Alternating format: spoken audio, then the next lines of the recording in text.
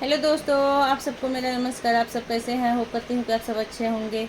आज मैं जनेऊ का दूसरा गाना गाने जा रही हूँ। आप सबको अच्छा लगे तो प्लीज़ लाइक सब्सक्राइब कीजिएगा।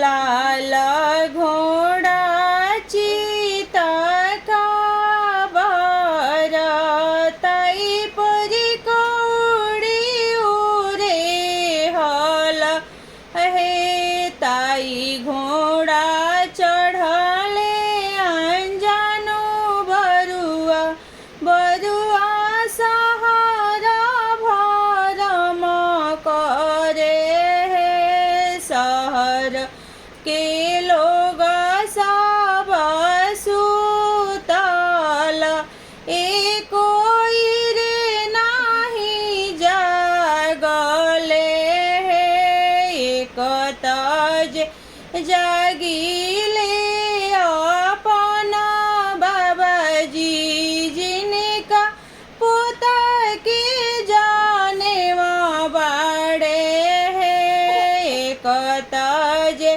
जागिले अपना पापाजी जिनका बेटा के जाने बाड़े है लाल घोड़ा चीता का बरताई पर कौड़ी उरे हल हे ताई घोड़ा चढ़ ले अंजानो बरुआ बरुआ सहारा भरम करे है सहर के लोग सब सुतल कोई रे नाही जागले है एक तज जागिले